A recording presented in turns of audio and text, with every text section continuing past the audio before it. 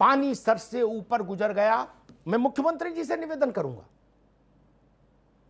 आपके सदप्रयासों को जो लोग पलीता लगा रहे हैं माननीय मुख्यमंत्री जी, और वो आपके मातहत भी हैं, मुलाजिम हैं उत्तर प्रदेश सरकार के, ऐसे लोगों को बिना समय गंवाए डासना जेल में प्रस्थान कराइए।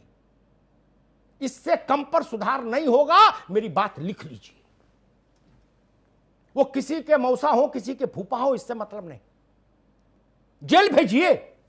हम आपको SSS में बनाए, लाकर तनख्वाह दें, सदस्य बनाए, चेयरमैन बनाए, सचिव और लोग बनाए, बाबू भर्ती करें, और आप लोग वहां कैरम खेलेंगे।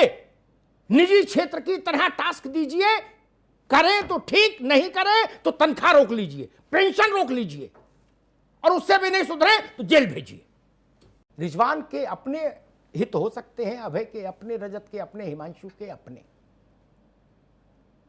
आपकी लड़ाई अपनी नौकरी तक सीमित है। मुझे नौकरी नहीं करनी बेसिक शिक्षा परिषद में, ना आबकारी सिपाही की, मुझे तो करनी नहीं। मैं सिर्फ इसलिए लड़ रहा हूं कि जिस प्रदेश में मैं जन्मा हूं, उस प्रदेश के नौजवान के हाथ में काम आए, ईमानदारी से आए, पारदर्शिता से आए, न्यायपूर्ण ढंग से आए। बाकी मेरा क्या स्वार्थ है? भर्ती हो नहीं हो, लट्ठम लट्ठा करो, लेकिन मुझे पीड़ा होती है, उतनी ही पीड़ा होती है जिसे मेरा बच्चा, मेरा बेटा अभ्यर्थी हो। और जो बात नवीन ने कही वो ठीक बात कही है। मैं बच्चों से उसी अधिकार से कहूंगा जिस अधिकार से आप लोग हमको मैसेज करते हो, अमिताभ सर प्लीज आप आवाज उठाओ, उसी अधिकार से कह रहा हूं, थोड़ा मुकदमेबाजी का लोभ छोड़ो। और आपस में नकारात्मकता बहुत है, यही राय मेरी है, और पता नहीं कहना चाहिए कि नहीं कहना चाहिए, यही राय शीर्ष पर है आप लोगों के बारे में, कि आप लोगों के अंदर निगेटिविटी बहुत ज्यादा है एक दूसरे के लिए। हर के झोले में दूसरे के खिलाफ 25 किलो कागज है। क्या जवाहरलाल नेहरू के समय से लेकर आज तक के सारे कोर्ट के फैसले, आपका काम क्या है? आप वकालत करना चाहते हैं? नहीं ना। देखिए, मैंने केवल डिबेट नहीं की, केवल बच्चों से बात नहीं की, मैंने सरकारों से डिबेट और टीवी के स्क्रीन से बाहर जाके भी बात की है जी।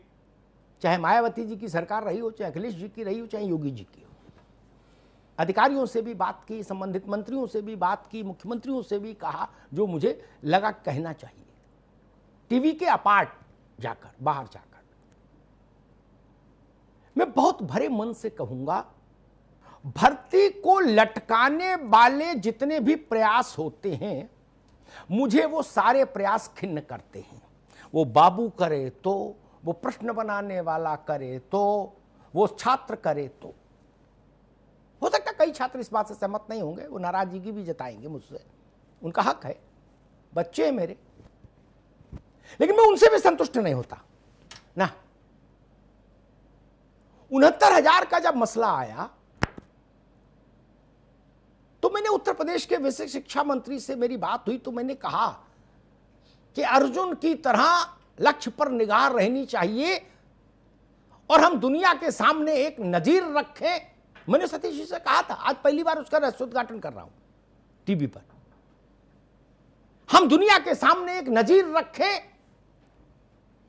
कि कोरोना के संकट काल में जब विश्व भर में नौकरियां जा रही थी, तो उत्तर प्रदेश ने 69,000 बच्चों को नौकरी की चिट्ठी दी। ये मेरी चाहत थी, और यही चाहत सतीश द्विवेदी जी की भी थी और मुख्यमंत्री जी की भी थी। दोनों की व्यक्तिगत बात पर मैं बता रहा हूं आपको कि ऐसा हो जाए तो इससे सुंदर कुछ नहीं। जिन्होंने पर्चा बनाया, ऐसा पर्चा जो हाई कोर्ट में जमीन के बल औंधे मुंह गिरा जाकर, उनकी जेल यात्रा होनी चाहिए।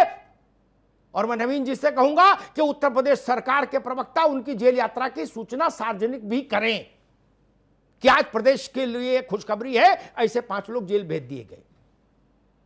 छोटा मजाक है क्या? 4 लाख लोगों, बच्चों के साथ ये खिलवाड़ कर दिया। ये पाप है, ये गाय के मांस खाने जैसा पाप है। मेरे बच्चे जब अदालतों में जाते हैं, मैं कहना नहीं चाहता था, लेकिन नवीन जी, इतने बड़े बड़े वकील इन बच्चों ने हायर किए हैं, हाई कोर्ट, सुप्रीम कोर्ट में खास तौर पर। ये लड़ाई आज की नहीं, 15 साल से बता रहा हूं। खेत बिक गए उसी वकील की मेहनताना देते देते। वो भारत के सबसे महंगे वकील रहे। ये बच्चे इसके लिए हैं, ये तो कमाते नहीं ना। ये बाप का खेत बेचकर आते हैं, मां का मोतियाबिंद का ऑपरेशन टल जाता है, बहन की शादी रुक जाती है, पता है।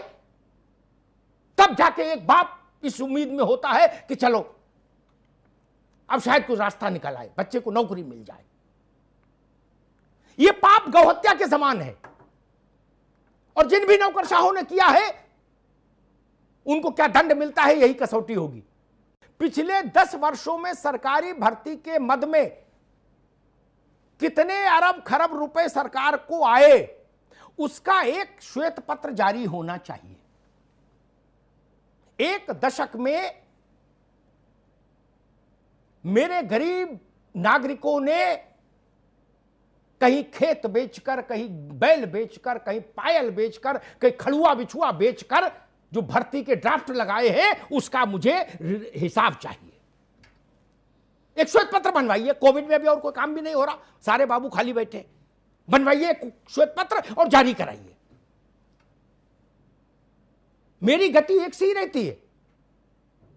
मैं यही बात विजय बहुगुणा को बोलकर आया था जब उत्तराखंड में आपदा आई थी कि आपदा में कितना पैसा आया उसका एक श्वेत पत्र जारी करिए।